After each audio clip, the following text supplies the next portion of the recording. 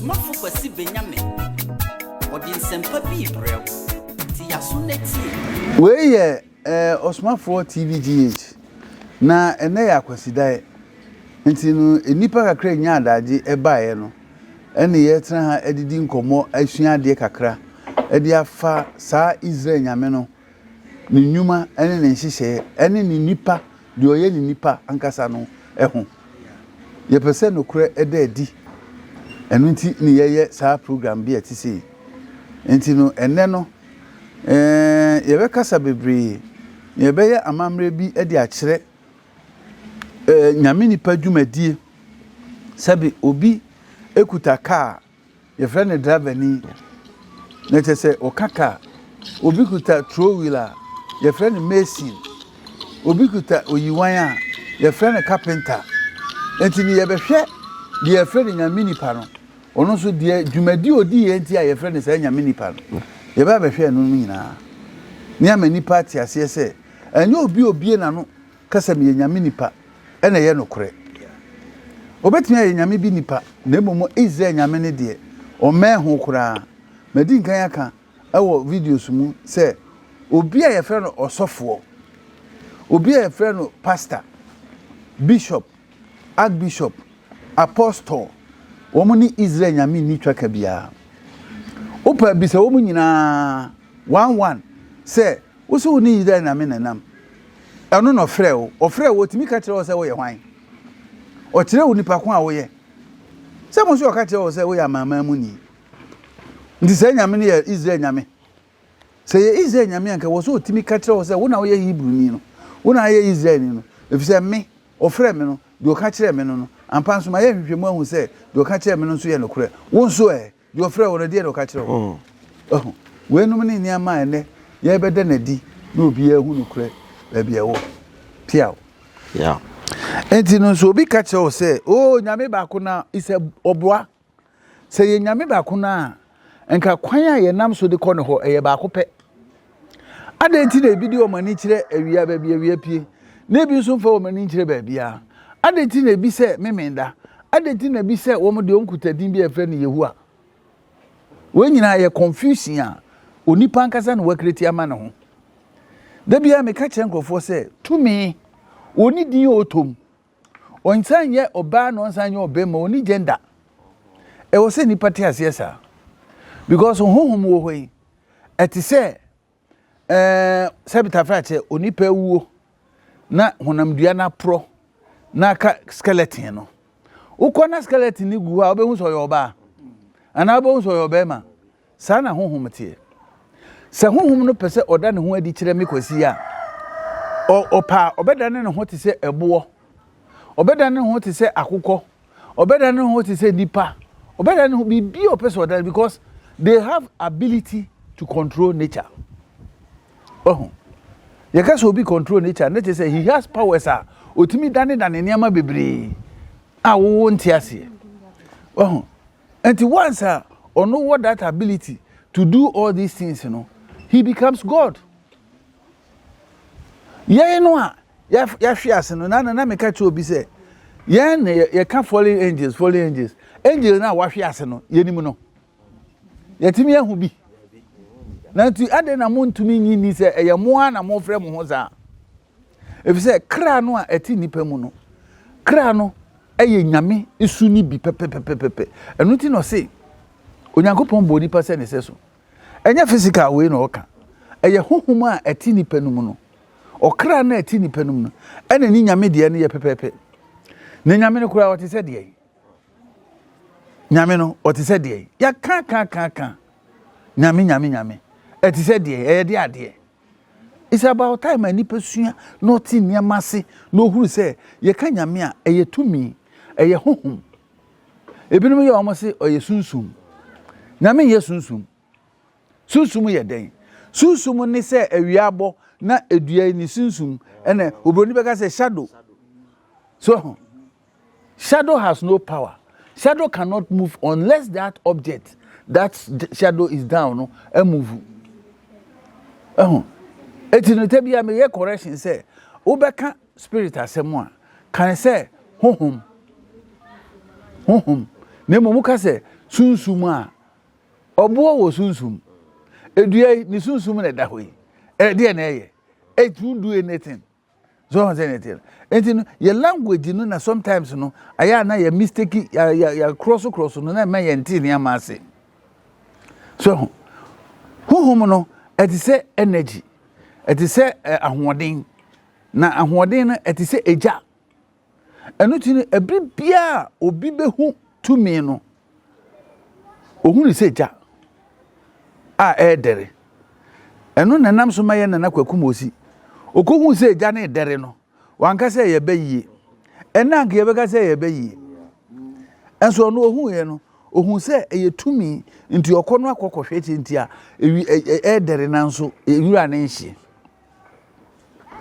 sa tumi a wo ka ho asemi eni bayi tambia ye twom adapa enso sunye dentemu no eye ketuwa bi mangudue esi hei ayeti asi usore na dube edumienu na hu se eja dare kosoro na dare ba fom na dare kosoro so mangu no nhia obeka se de enti Moses de no so hu ye na eno de o se nyame o eye be ye ni bia so on se na tie no enti nyame ati se be ye pepepe nempo se ekọ Bible no nkura ebetwe adwen asi so se ampa nyame ni be ye sunsun edem ye ketuwa bi so if say so kan Genesis homa no etire dunum ni ntichemu mse Akwesi jama obehwe no akan wo eya na mepese enipa ehunu nokure bi because ya wo ntwetwede ache okay ene samu na monument ra mentra okay so Kwesi wo kan a aya mankrofo ntie baby ku a wo kan no mu hu se wo mo so kọ a wo be hu de ye kan but also Genesis humanity kan free baby a em se baby am di eyi no na ye kan Genesis chapter 15 verse 6 echo And you know, Mova we show. we can even just put it here. yeah okay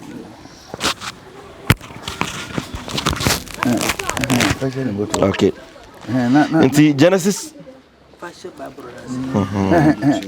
Fatu akunyani fonten. okay and na mencha wa no okay into me kan Genesis chapter 15 verse 6 6 echo also Abraham believed the Lord and he credited it to him as righteousness. Sa semu we kura o maka no kura no Bible ran kasa be san kasa Abraham boa wa nyi nyame ani ko su kan okay me cause what was verse 8 also but Abraham said, "Oh sovereign Lord, how can I know that I will gain possession of it?" Baby what try baby no menka ni nyina. Say wo kan no ne ehu de nti Abraham bisa question no. Okay. Also Abraham believed the Lord and he credited it to him as righteousness, which is not true. Yeah, verse 7. He also said to him, "I'm the Lord who brought you out of Ur of the Chaldeans to give you this land to take possession of it." Verse 8. But Abraham said, "O sovereign Lord, how can I know that I will gain possession of it?" O see, the person who can na say, Bible na di kan ka say Abraham di Nyankopon di ye. Enti enam so me ka say o ye trini. Yeah. They say Bible no so e kan say foforo toa so. Yeah. O si Nyankopon ka ten say me ni nyame am yi u free u. Eye Iraq, ukro man kasa me yi u free ho. Na me pese me di asase mawo ene wasefo. Na sasem na nyame kan no Abraham wanye ani enti no bisa no question no. He also said to him, "I'm the Lord who brought you out of Ur the Chaldeans to give you this land to take possession of it." Verse 8. Abraham said, "O sovereign Lord, how can I know that I'll gain possession of it?" Yes, Abraham pese o che Nyankopon say na nini ni suman. Enti no enye se wo kan ya na magi adi. Enti obi a wode gidie nante no onim nyansa. If you say gidie ni proof. Gidie is an assumption. But request say asemo ne wo kan no. Onsi su gina Yeah. Ne hu say de o kan no eye no kure. If you say ye no mo say no de ye de ya so ate ene ye ne ahu. Ene ye di ho adanse. Na momu de susu say de yen ka ho asem because susu said ye yen fa nko ba bia any proof bia ko so na kan ti Abraham akati nyame say asma wo ka kire mi nyini nti ye bibi ma me hwe say de wo kan ya nokura afeti. Verse 9. So the Lord said to him, bring me a heifer, a goat and a ram, each 3 years old, along with a dove and a young pigeon. Abraham brought all these to him, cut them into two, and arranged the house opposite each other. The best, however, he did not cut in half. Then birds of prey came down on the carcasses, but Abraham drove them away. As the sun was setting, Abraham fell into a deep sleep. So a same secret bi wo. When say there be ameka say nyame dɔɔso. Ye wo nyame biara ne kwan a ye fa so ene ne nante. When saa Hebrew nyame no ye nyina badwa mu emfrɛ ne sɛ wo mra wo beba. Saa Hebrew nyame no ono so awia bo kenkenken sɛ wo hunu wo ba bia da. Aje sɛ anadwo the suomu middle of the night nkuto.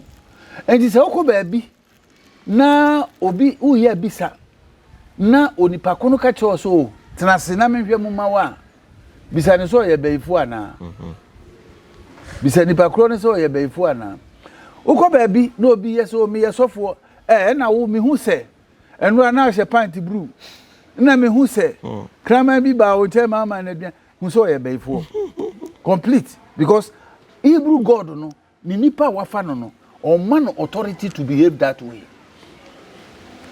O man to me wono ankasa timi di kanasem tem biara wo ye Israel nyame nipa wo ye Hebrew God se bia meti he ya de wo ya ne se uko bisa no ebre bia de hia wo biara wo se uko nanim because o ma wo se tumi no na wo de akwakoye de wo pe enti uko ba bi na wo duru ho na onya nkan wasem no ase enra wo no yire mudi jollof na nkosua miensa da wo de so na mienu da oba ne de so na nkola ne de mutwitwa mu na mo de waka eye nokure asi wo fie meboa eye nokure na bisa ne se to me by no dey can asem na kire wo bisa no be bold enough to ask that question because why on need to me onyame bia nam ono ankasa ye beifo there is an instance woko Bible no mu kura it confirms what I'm saying.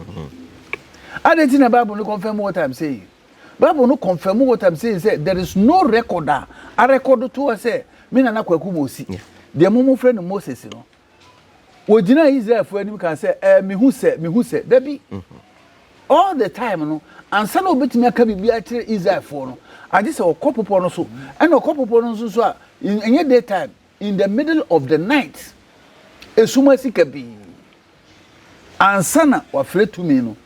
Na tumi ne na bekasa a kire ne se for mfa benkum anase for mfa nifa ye hwe another instance ohini Nebukadnezar me frɛ no bedun kansa but wo frɛ Nebukadnezar wo be kire busua ko ofiri mu wo saa ohini se maso dae wo dae na me so ya me po bia ma na kire mase eno frɛ ya obi adimi koso bia na baifo bia nim ana Daniel ka kire se saa asem we die this enyame o this e minyame ne pe no betimi aka ho asem eti ma me nansa na me ye den me konko bisa no nansa no okwa siesie no ho se ne ho nti a okoya adwura high soap no de adwura ne ho ansa na adwura na adwura wakonyame no akofre ne se papa yi se oso dae se na woso uyi kire no no eye die ase kire sei so se ne te ansa na onya muae eti me ka kire plane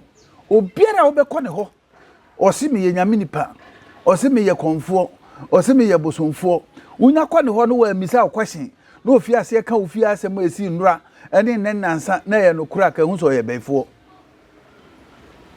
na oye befo no so no nya de a obetimi abo okwan bia so waka kire o de o ka kire o nyina ye no kure beto otimi mboa adenti na otimi mboa because baby ono no ewdom no eye kuro a emra enso ye adwuma wo ho emra ye adwuma wo ho ne se bi odwan ya amasani wo timi free ufie ma meka se wo sane no amana nko because ahoma chichini na operate ugya na amana ko ugya no kwan be so tumi be na wa di gya no if you say ujana I will hold you accountable no no uja obi sa no a ye de wo so bebo ho atuaka etu ono no onko pese ye de ne bebo ho ntinya de a obeboa obeka ade adada wa ju sika na mom otimi moa because emra be hold no na mom de ono nka sa kuo no ho no kuta nyamekan a ye Hebrew God no ana wabisa no na Hebrew God na aka kire no na aka kire say fa ne kwan wesu fa ne fa kwan wesu a ene omo pa omo nko kire Hebrew God no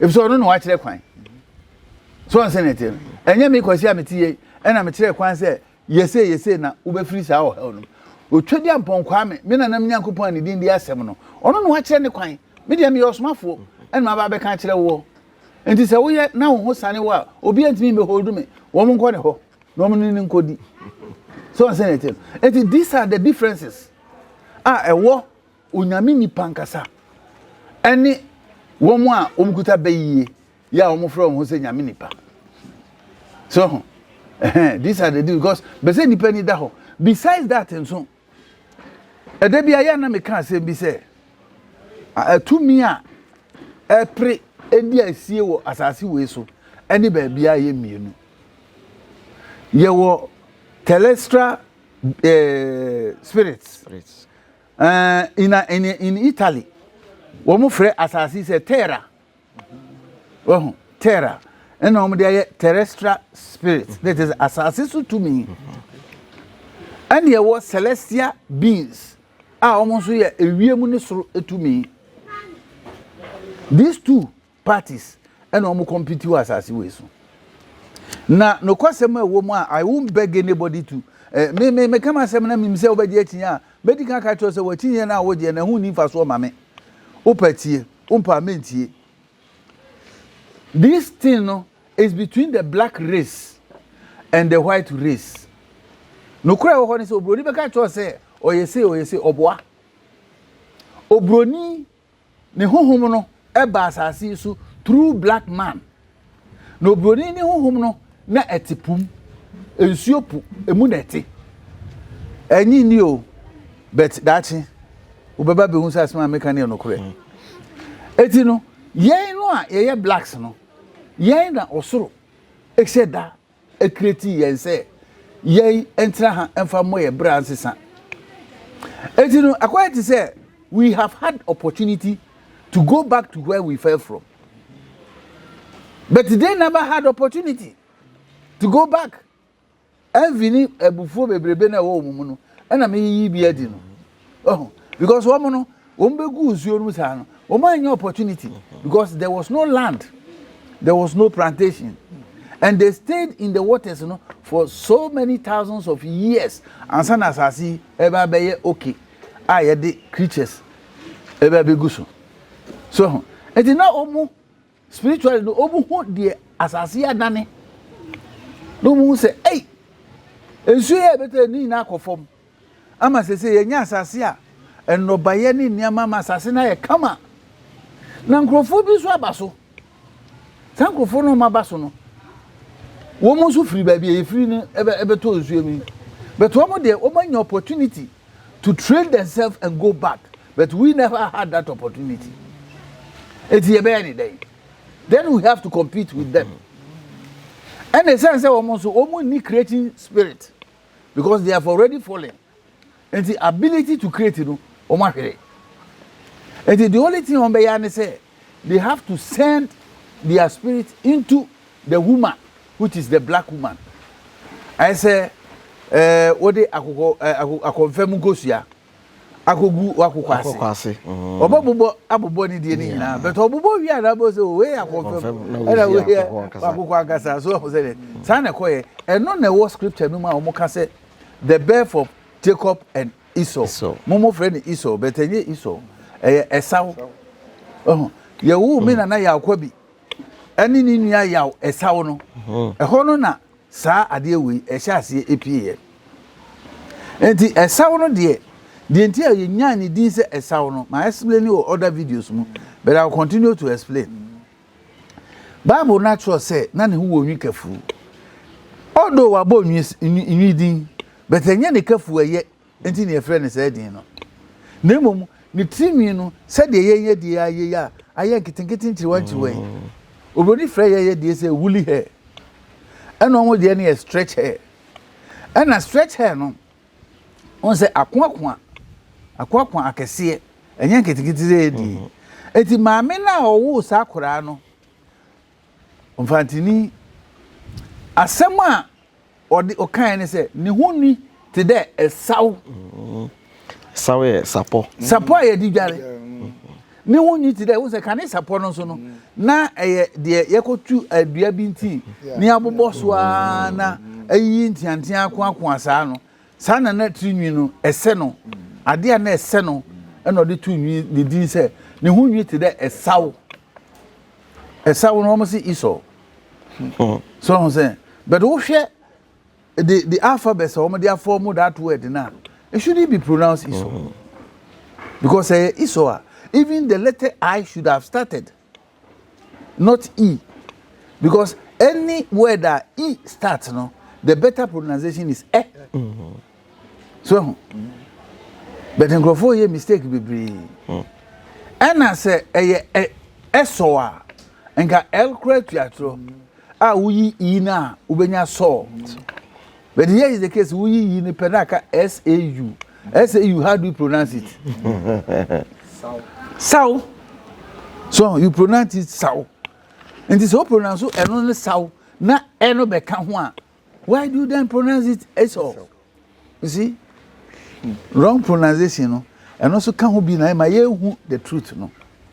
And that was the first time Onipa Bibini a produce Obroni.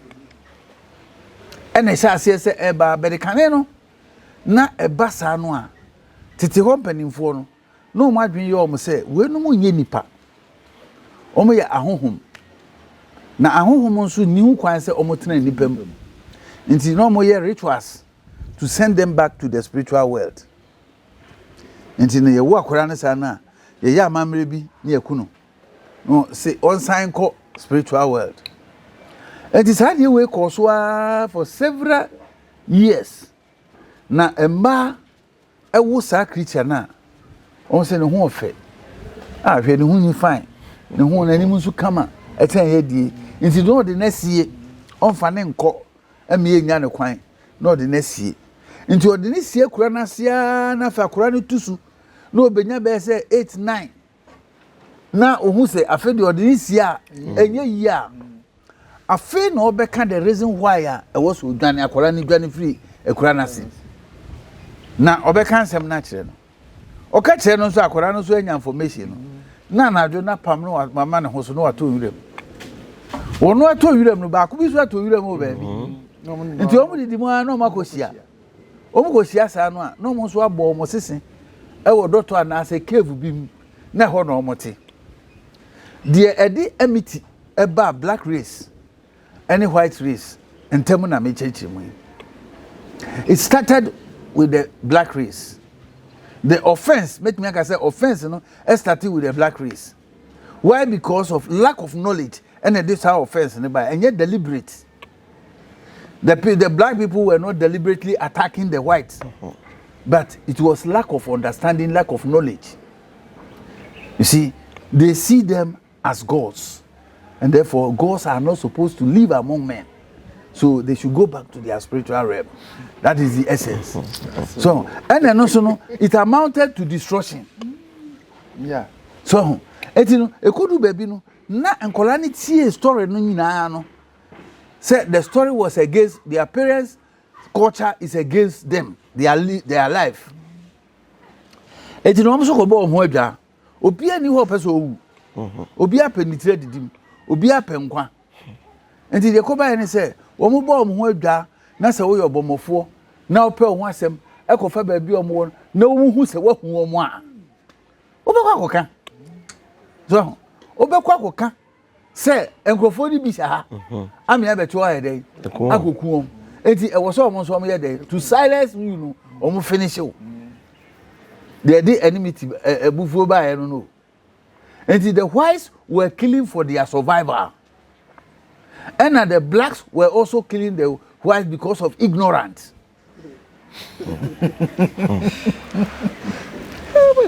So I'm saying it. And this is how. And from generation from that time, you know, Obroni bia the story way maneba. Obroni bia the story way maneba. They feel say telling them this kind of story no would protect them. It will make them aware. Say going into the black in the middle of black race, you know, you can have such problem.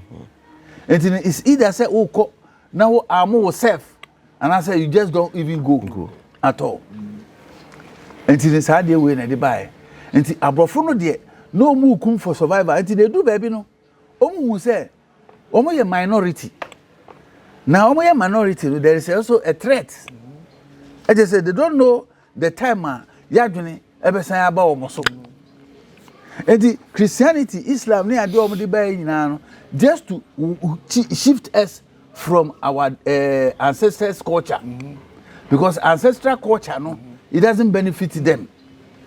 And you know, omu bomodin say once ye pe nyamesom, ne pe nyamesuro no. If we continue like that, they cannot live here with us. Then beyond they feel say we have to kill them. And you know, they have to change the whole concept of belief. No more a crucial system. Ebema omo atimi abedi yeso no ma control yen to calm us down. No this Christianity ni Islam any de keka ka hu nyina omo de bai just to shift our mind from the originals because the originals doesn't favor them. Tesem ni nyina ni enti no ekodu baby no na quiet say me the empanimfo I can directly tell me no omo kan say obronsam ye obroni and na me nananom so a confirm in their language Hebrew no language na ye kan twi no the American omo confirm wo because den and omo koto sankrofo edin say abrofo edin no omo hu ye de omo hu ye ne say edu baby no afa sankrofo we nananom culture and tradition they don't value it until they trample upon it because it's against them. And obian so nananom susu say otietia nyame asem so no oyebonsam because it is only the devil that will fight against God. It is a ho and ombe say nkrofo yi omo ye abro wicked abrofo. If you say omo di abro ensem nti nananom niam o maka no omo mfa nya adwuma nti omo di abro nti de odi abro ensem no wo kan kasahare a abro ensem na dane bronsam and the chance say womo no they go against the tradition of their fathers and mothers nti no they call them say wicked ones and they benya omo din say abro efo. And the word I brought for no, the real meaning is the wicked ones. So senator.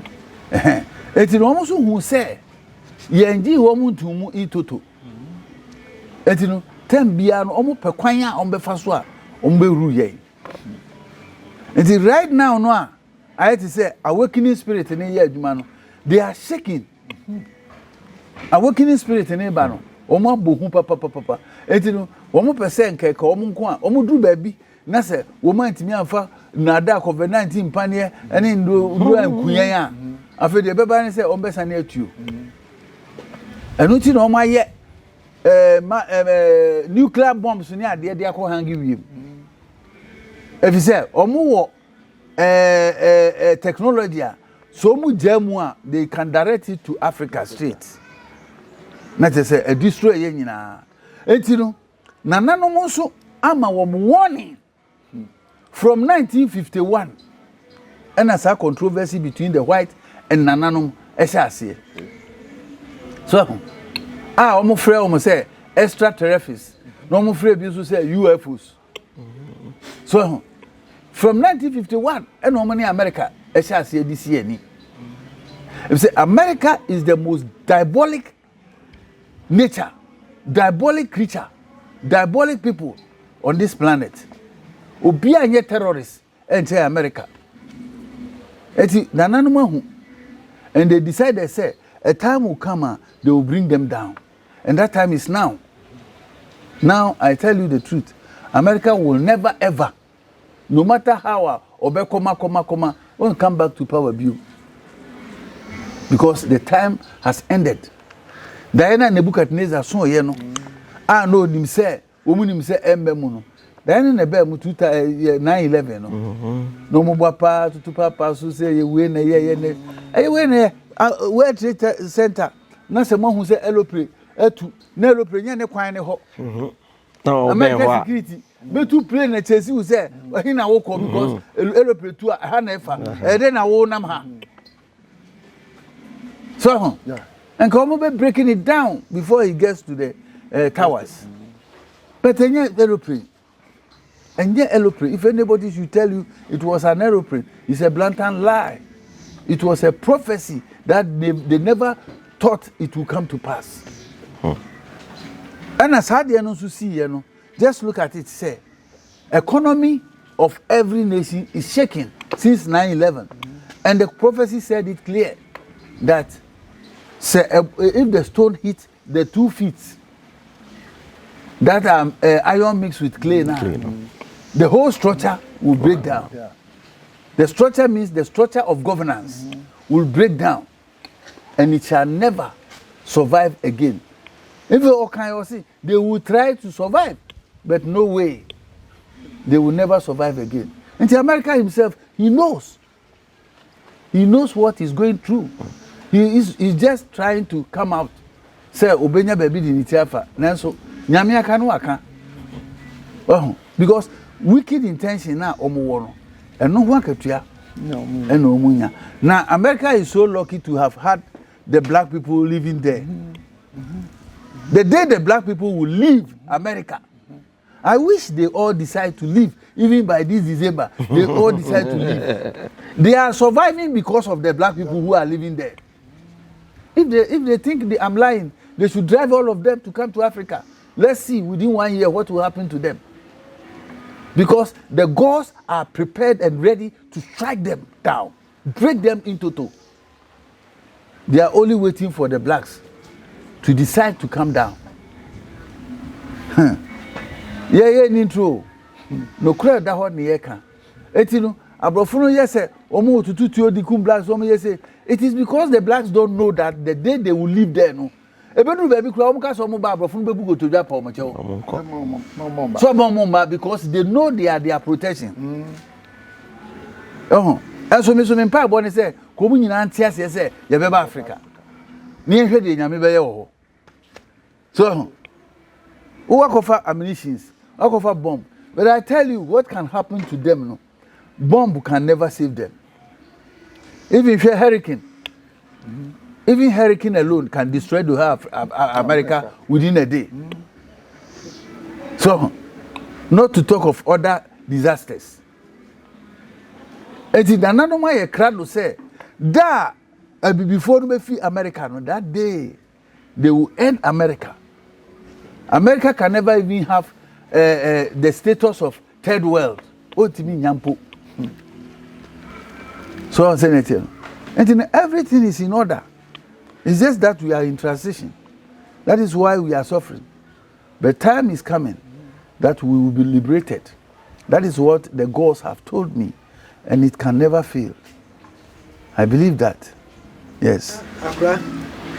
And now Akwesidea, Israel young couple, the human is saying our dining.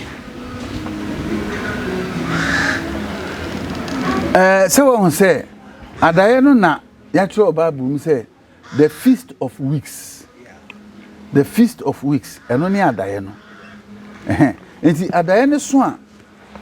Ye aduane na ye to peti e de frɛ nananom a omadi kan oyanim ye san gunsa e de mawom ye gunsa de frɛ otwedi aponkwa me ne asase ya abasa ye adom a ono de na basa kura ye mu a eno nti na mi etimi didie eno nti na mi ete ha ye nan sisi ne so mi biara ye nya firi ne ho nti ye kai wom ahye wom anuonyam sɛ Diom de agya ye ni aso so nti adae no emu nsɛm no bi ɛno no ɛna afei nso no obi bɛbisa sɛ adan na yɛyɛ adaeɛ a bi a yɛtumi kum aboa sɛ yɛma ne bɔ ne yɛn nsɛm a yɛreka no nyinaa no ɛsɛ sɛ honhom bi ɛne yɛtumi de soma no na ɔde amanneɛbɔ ɛkɔ eti sɛ bi a wo ɛna wo nneɛma ɛnkɔ yie anaasɛ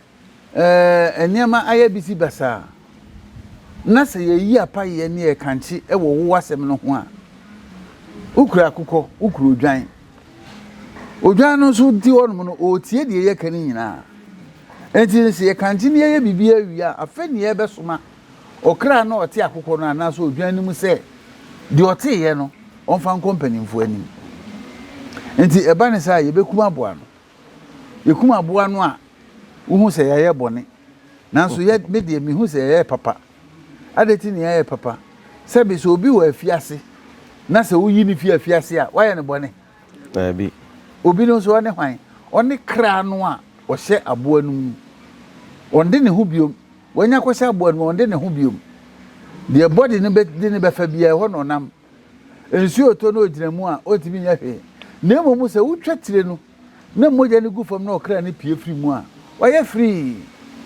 free afei no ɔwɔ right sɛ ɔtumi control nature enti nsuo onsuro bibia onsuro awia so enti wadom no wɔyɛ ne free ɛba ne saa mmoa na akra na ati omu na aqualify no ɔde asɛm no bɛkɔ na akɔbɔ amaneɛ sɛ ofori ɛsi yɛmɛbɔ amaneɛ sɛ ohia wei wɔn nso bɛsi nkonnwa sɛ deɛ yɛsi no ofori sɛ ɔno ne tama ɛde ma no asase so no ɛyɛ 90 years ɛne ɛhyehyɛ sɛ odi mfirihyia sɛ ya sei na bɛyɛ odi mfirihyia sɛ ya sei na bɛyɛ na asɛm a obi sɛ yi ɛmfi obedi asa na wanya saa deɛ ɛnu yɛ so ɔnsɛ ne te ɛno ne yɛka sɛ Daniel ɛbɔ mpaeɛ na mmerɛ so sɛ wɔsɛ yɛde na bisa deɛ yɛde soma abaeɛ na obi bɛtwa akwam so ho enti saa bɛpɛpɛ na teɛ sɛ wo nneɛma a yɛahyehyɛ wɔ wo destiny ne mu no ne mmerɛ aso a bibia ni wɔ ɛbɛ stop no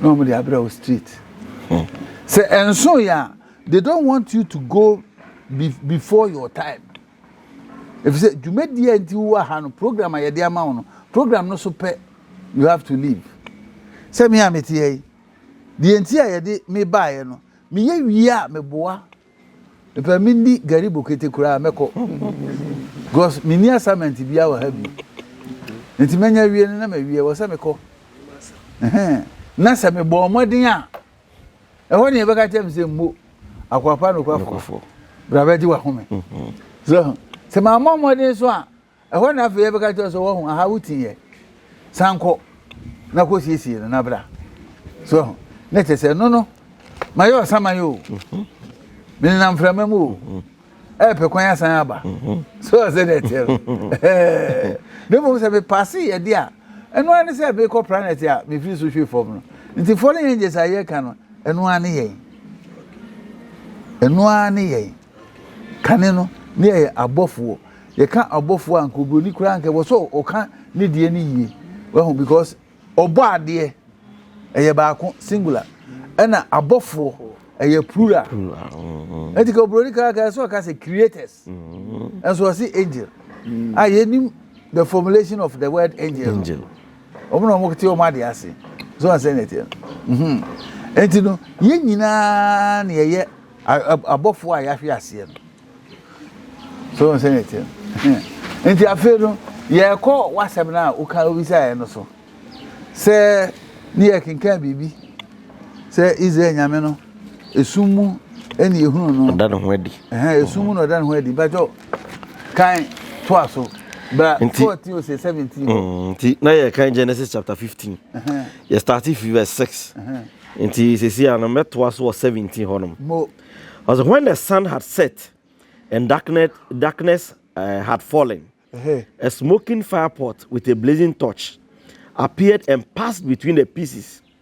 On that day, the Lord made a covenant with Abraham and said, to your descendants, I give this land, from the river of Egypt to the great river, the Euphrates, the land of Canaanites, Kenizzites, Cadmonites, Hittites, Perizzites, Riphites, Amorites. Yeah. When we say, Ebra, Yenana ya Abraham, or Dietiano, or Yankopon, a Hebrew God, no, or catch and say, Yow. So, would you met ya, would therefore ordain ba, what the infisiamians, sir. Nentrie ba, what the infisiamians, sir. A break ba, what the infisiamians, sir. Any abroad managing, the future some way go. Na me yen senchene a betre wo se de America no eye no kore ampanso yen na ya bra so kopem mo e bae na abakosem ne kire se odwutwa o mu de o mu guo se de o kan na pepepe na mum o se ade san ye no. Yes, when the sun had set darkness, when the sun had set and darkness had fallen, a smoking fire pot with a blazing torch appeared and passed between the pieces. Very good. One can say Obama be an abodi se kusa. Ni trini fita eba obe fefa for bonmu. O si kukuyo a eja den na ye mi se ye ho se ye ya yesi yesum nyame. Ti se nkremufo, ti se kristofo. Mo se box dem na mo se mo fre nyame. Mo se aso dem na 31st mo ye jump over. Mo ye dance over, swim over, climb over, punch over. Na mo ye we nyina na se bo be hu na kukuo ya eja dare wo bukumo na hwi sometime oba be si ho no mo a e de na mo be kan yes de mo be kan ni se beifo e bia bedem we di dance yes ade e frɛ ni nyame no mo nya nte ase ye enti wo be hu nyame afrɛ ne bonsam na wo be hu bonsam asom ne se nyame tiene me kan play say Christopher de woman in Yamintamu Quine. Me who said the Messia Cano, Netentino. Said Dama, Antarctica, a free aqua Antarctica, woman in Yamintamu Quine, sanity. You say, a dear friend in Yamidia, woman who had idea will be who. And no more bear whom. You say, Assassi, and a your modia. Baby, on the war on the corner, a one your modia. Now do baby, I know because I know Brody. Or see, having at the gold where I hope. Na abekwa ko nanti gold so gold ni bi wa ha omo do omo wia abrofo omo shase wi ya gold no omo we gold no so we e wa sase so omo de ko e da bi enti emi so omo we enti no mo bi nyeti ye hu anti ase bi anim se ba bi ani ho ba bi de ba bi ho woni mu akwa no tum ti se akwa bi o se friend na asamoya well, wouldn't mark one or two cry. If there, who be biada, and to be biasi. So what's some way out? Would you say planets or hot dear? And you know, because having a semi was ultimately as ye. The first said what changing dinner and having tea was here. Nemo so can say 9 planets, 25 planets, 30 planets, the Casamoa Jedi. So I say I am not attacking. Won't say be a wokano. And then I'm a person and kola if you would you no. Me so me refresh your mind. No more access once I'm no muti. So mo bia nada o say bibia ni wiase. Na mpanimfo kan o say bibi ni ho a anke da ye ntofu. Ni mpanin so aka bia no eye ehunu bi penti e na o mo kan sa asem no. O mo nye bosrem kan. Enti misremo bibi de bibi ho obiara wo asasi so ahia wo siko wo de wudio woni de wudio dakro bi be dakro obehu de me kan se eda ho pefi sa dakro no kura de ya ne se ye kikiki ni mo ye patapai onim dakro onim ebre ene donko eso na eji atinye ni eye kititi until say ebeto no no obeji ho atinye sa na so da ebeto a obehu say hey say ye kan no na ye too late o entibi de bia me kasa masema me kan titiru ni say me nana akwasi a ye born in samra ni say ayesu ni di wo ho ankasa na de minya fanto aso Akwesida me boy no ni din e wo ho etoaso na mo me nyanfa ntoaso na mo ni title a yede man ne ayesu oba ye obeka asansem we na ne botaye nyina ne senkrofo no omote asase no so no omunim de eti omote so ena omunim de wo so omoye enti kona koka kire wo mo se ekwan no aha ne da omunyese no obetimi asan wo mo achi aba na de ya ne se me na konfa yesu oba ye no kura tumi yie enti oyensanchani bebri enipa awu no onyane wom we yese ne yese sa oyesa ne ma we nyina eti emanipa ani koji nsanchani no oye no ho echen no korese mo de bae because do baby abo se nipa ho nyina 5000 no aye aduane na omo nyina atimi adidi amen eno na ye omo de ene nyina ekoso ene nyina sa problem we ekoso nipa pensenkyerene echen no kore e wo so oti na no mo mbesiesie na brabo so as we read Deuteronomy kura na Deuteronomy chapter 13 ya choro ho kwasi from verse 1 no verse 1 Deuteronomy chapter 13 verse 1 no also if a prophet or one who foretells by dreams appears among you and announces to you a miraculous sign or wonder, and if the sign or wonder of which he has spoken takes place, and he says, let us follow other gods you have not known, and let us worship them, you must not listen to the words of that prophet or a dreamer. The Lord your God is testing you to find out whether you love him with all your heart and with all your soul. It is the Lord your God you must follow, and him you must revere. Keep his commands and obey him. Very good, Kwesi. Yeah. Sa nia o kasei the Lord your God na o kan na Lord of God mu de we na o kan. Arabia de no. Indian de no. Na sa ai trust me nsema wo me na kasa kire nipa ben. Israel for pe wo nananom pe e na kasa kire wo. Enso ne o maye no holistica. O maye ni ti se konfo Yesu bae no o kasa kire wiase nyina. Ebi kura se o ko India ko wo ma. Ena ne nananom wo he. Yasem. India obrabo bae na okobo. Oni India ni tweka biara. Entro na nipa di.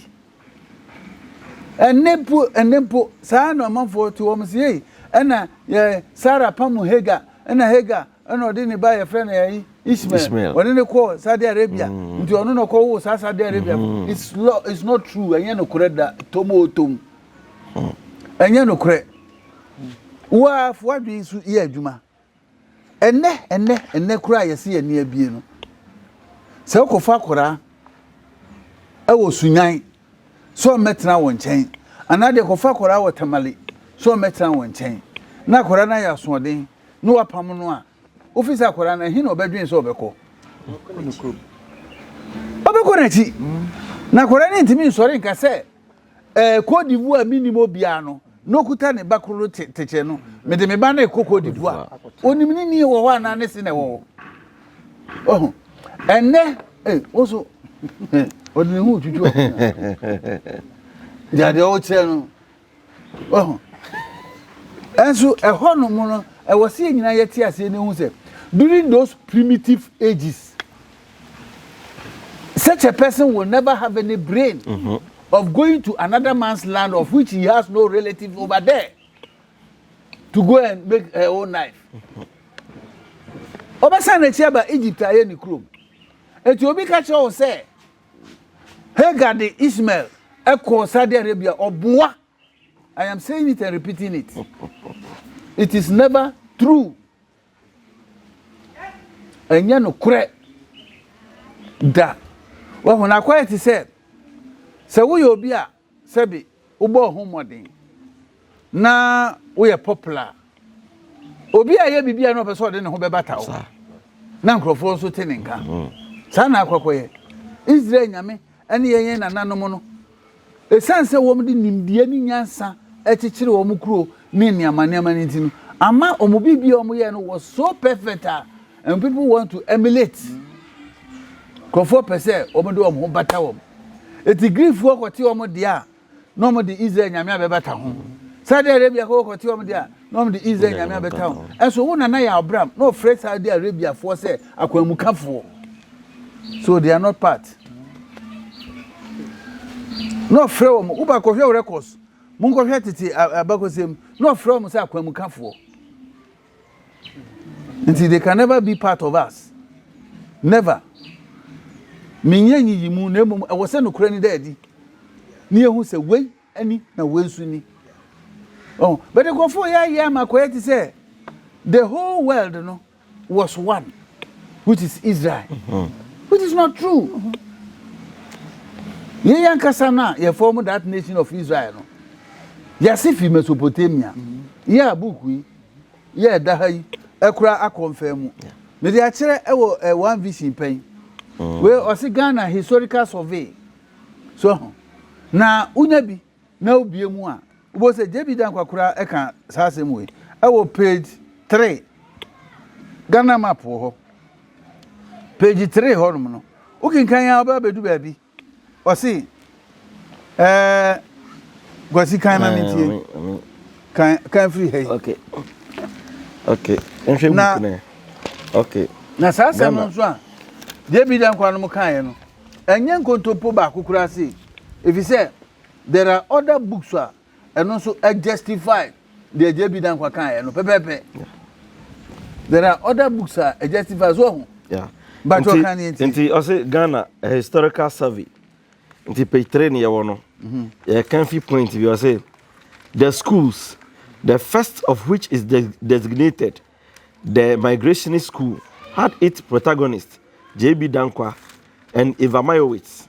They trace the account as far as the Tigris and the Euphrates in Mesopotamia, and thence to medieval Ghana Empire before their final settlement in modern Ghana. Very good. Oh, let's say account for no. Ye trace woman who say woman Africans, woman ye Iraq for. So, etino ya na nkrofo kan say especially our black American people. Omuta eka sa nsem we say all blacks were from Africa. It's not true. Because when you go to China, the original Chinese, omo ye blacks. When you go to Japan, the indigenous Japanese, no more blacks. When you go to India, the indigenous, no more blacks. Russia, the indigenous were blacks. Australia, no New Zealand, no nyina. So, and the black man occupies the whole globe, not only Africa. And now, the problem I see that the black Americans have is just because they cannot trace their roots. And therefore, they want to unite Africa and make Africa black man's home. But Africa is not the only black man's home. Even America, the indigenous were originally blacks. So, Red Indians. Before the Red Indians, Mongolians, Red Indians, came to harass them and take over. It was black people who lived there. Now, the idea, I say black people, you want to me, Nanso, a baby uncle for a year, so they say, black people, no, ye do a ho, ye do a ho, and I answer no, ye bray and once. A home brassier, and ya ho do, and I may really say, oh, ye pay a ho, ye say, oh, waba, ye perceive what no, ye say, no, they have been bonnet. No, about the time and console. And only how are you? All I want my viewers to know and understand is that today happens to be the Feast of Weeks that was mentioned in the scriptures. And the importance of the Feast of Weeks is that everybody who has a problem and grievances can come and lay it before the ancestors and the gods. And then it will be taken care of. So every Akwesidea, this is what we normally do. Everybody who has a problem that wants to be addressed, you have to bring a fowl and a schnapp, a bottle of schnapp, drink, so that after we have poured the libation in your name and pronounce all your grievances we will release the energy that is in the animal to send the message across. So these days are very important. And let everybody know and understand that if there is a stool in your family, that stool is not a devil or a witchcraft. That stool is the angel that has been designated to take care of the family. And therefore, if a pastor says there is a stool in your family that is disturbing you, that is doing this and that, it is not that the stool is disturbing you. It is you who have neglected the stool, and therefore you don't present any of your petition before it to be taken to the how do you call it? To be taken to the conference that they normally go every year. That is recorded in the book of Job, chapter 1, verse 6. You see? Because in every year, during the month of May to June, all the energies or the stools or the spirits, they all go into a meeting. And when they go to meeting, they present everything that they have observed and the messages they have gotten on the planet before the gods. You see? So if you do not participate in going there to send your petition, then you have problems all the time. But instead of the pastor who say he has seen that, to tell you the truth that you have to go there with a schnapp or with a drink so that they put your case across for the God or the stool to hear, so that anytime he goes to the meeting, he will present your case before the meeting. They will rather deceive you that it is the energy or the stool that is disturbing you. It is not the stool that is disturbing you. It is simply because you have refused to present your case before the stool to be taken to the conference, yearly conference that you normally go. Mm-hmm.